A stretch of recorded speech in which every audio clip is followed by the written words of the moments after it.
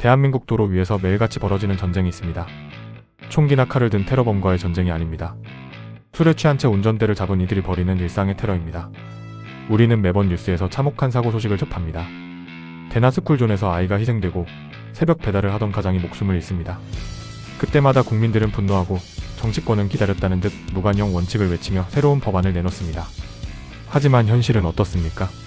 윤창호법이 제정되고 처벌 수위가 높아졌다고 하지만 정작 법정에서 나오는 판결문은 여전히 가해자에게 너그럽습니다. 왜 우리는 매번 똑같은 분노를 반복해야 할까요? 왜 법은 국민의 상식과 이토록 동떨어져 있을까요? 오늘 우리는 단순히 감정에 호소하는 비판을 넘어 대한민국 사법체계와 입법부가 숨기고 싶어하는 불편한 팩트들을 하나하나 파헤쳐보고자 합니다. 우리는 흔히 국회의원들이 표심 때문에 법을 안 만든다고 생각합니다. 하지만 더 근본적인 팩트는 따로 있습니다. 법을 만드는 사람들 자체가 이 범죄로부터 결코 깨끗하지 않다는 사실입니다. 실제로 지난 22대 총선 당시 당선자 중 10%가 넘는 인원이 전과 기록을 보유하고 있었으며 그중 상당수가 음주운전 전과자였습니다. 이것이 시사하는 바는 명확합니다. 우리 정계에서 음주운전은 인생을 망칠 중죄가 아니라 운 나쁘게 걸린 실수 정도로 취급된다는 것입니다. 각 정당의 공천 기준을 들여다보면 더욱 하관입니다. 음주운전 원천 배제를 외치지만 세부 조항을 보면 10년 이내 유예 이상 혹은 윤창호법 시행 이후 적발자 등 교묘한 예외를 둡니다. 이는 과거의 전과를 세탁해주겠다는 의지이자 자신들의 정치적 동지들을 보호하겠다는 선언입니다. 본인과 주변 동료들이 언제든 가해자가 될 수 있는 구조 속에서 음주운전을 고해 살인죄 수준으로 격상시키는 법안을 통과시키는 것은 그들에게 자기 목에 칼을 겨누는 자의 행위와 같습니다. 국회 상임위원회 서랍 속에 수많은 처벌 강화 법안이 잠들어 있는 진짜 이유, 그것은 바로 제19 감사기라는 인적 팩트입니다. 또한 법제사법위원회에서 음주운전 처벌 강화안이 나올 때마다 전담 법관들과 법조인 출신 의원들이 전면에 내세우는 논리가 있습니다. 바로 형벌의 체계 정당성입니다. 이 논리는 겉보기에 매우 합리적입니다.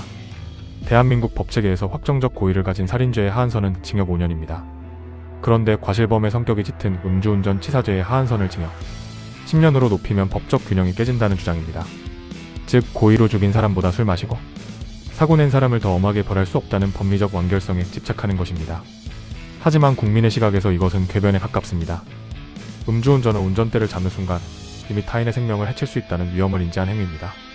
이는 단순한 과실이 아니라 미필적 고의로 보는 것이 타당합니다. 그럼에도 사법부는 가해자의 고의성 여부를 엄격하게 따지며 피해자의 생명권보다 법전의 정합성을 수호하는 데 에너지를 쏟습니다. 이러한 보수적인 사법 관행은 결국 법이 범죄자의 변명을 경청하게 만들고 유가족들의 가슴에 대못을 박는 결과로 이어집니다. 최근 사회적 공분을 샀던 술타기 수법을 보십시오. 사고를 내고 도주한 뒤 추가로 술을 마셔 사고 당시 농도를 파악하지 못하게 만드는 이 영악한 행위는 이미 수년 전부터 보고된 고전적인 수법입니다. 하지만 국회와 정부는 이를 처벌할 법안을 즉각 마련하지 않았습니다. 입법이 늦어진 핑계는 늘 비슷합니다. 추가로 마신 술과 사고 전술을 과학적으로 완벽히 분리해 입증하기 어렵다거나 사법 방해죄 신설이 다른 범죄 수사권에 영향을 줄 수 있다는 식입니다. 수사 현장의 어려움을 핑계로 입법의 의무를 저버리는 사이 지능적인 범죄자들은 법망을 비웃으며 유유히 빠져나갔습니다. 이것은 명백한 국가의 입법 부작위입니다. 법의 허점을 알고도 고치지 않는 것은 범죄자들에게 도망갈 지도를 그려주는 것과 다름없습니다. 사법 시스템이 범죄자의 장꾀에 농락당하는 것을 방치하는 나라는 더 이상 법치국가라 부를 수 없습니다. 돈과 권력의 논리도 빼놓을 수 없습니다.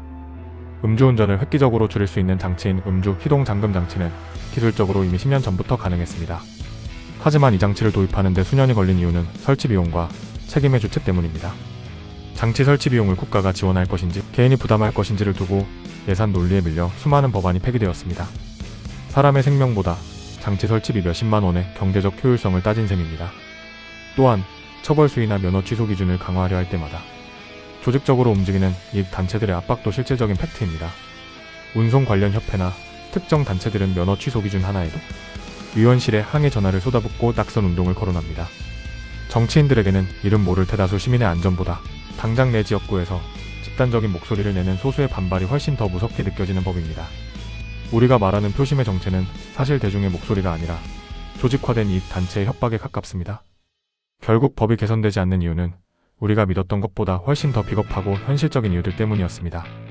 법을 만드는 이들의 과거전과 법조계의 보수적인 카르텔, 수사 편의주의, 그리고 경제적 실리 계산, 이 네 가지 팩트가 결합하여 거대한 사법 장벽을 만들고 있습니다.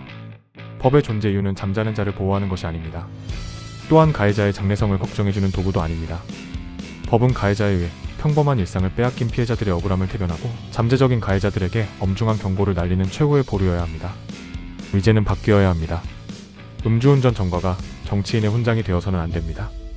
법리적 완결성이라는 이름 뒤에 숨어 가해자에게 면죄부를 주는 판결도 멈춰야 합니다. 국회가 자신들의 안위를 위해 정의를 외면하는 한 도로 위의 비극은 끝나지 않을 것입니다. 법이 가해자의 변명에 귀를 기울이는 대신 우리 가족과 아이들의 생명을 지키는 단호한 심판자로 거듭나기를 강력히 촉구합니다. 특히 양형 기준의 허점을 파고드는 법기술자들의 행태를 비판하지 않을 수 없습니다. 판사는 법률상 감경 사유가 없더라도 장량 감경이라는 이름 아래 형량을 절반으로 줄여줄 수 있는 막강한 권한을 가집니다. 피고인이 초범이라서 반성문을 많이 써서 혹은 피해자와 합의했다는 이유로 감형이 이루어집니다. 하지만 진정한 반성은 형량을 줄이기 위한 수단이 되어서는 안 되며 합의금이 목숨값의 대안이 될 수도 없습니다. 사람이 죽었는데 가해자의 사회적 유대관계가 깊다는 이유로 집행유예가 선고되는 현실은 법이 누구를 위해 존재하는지 의문이 들게 합니다. 법은 사회적 약자와 피해자의 고통을 외면한 채 가해자의 재기만을 돕는 복지제도가 아닙니다.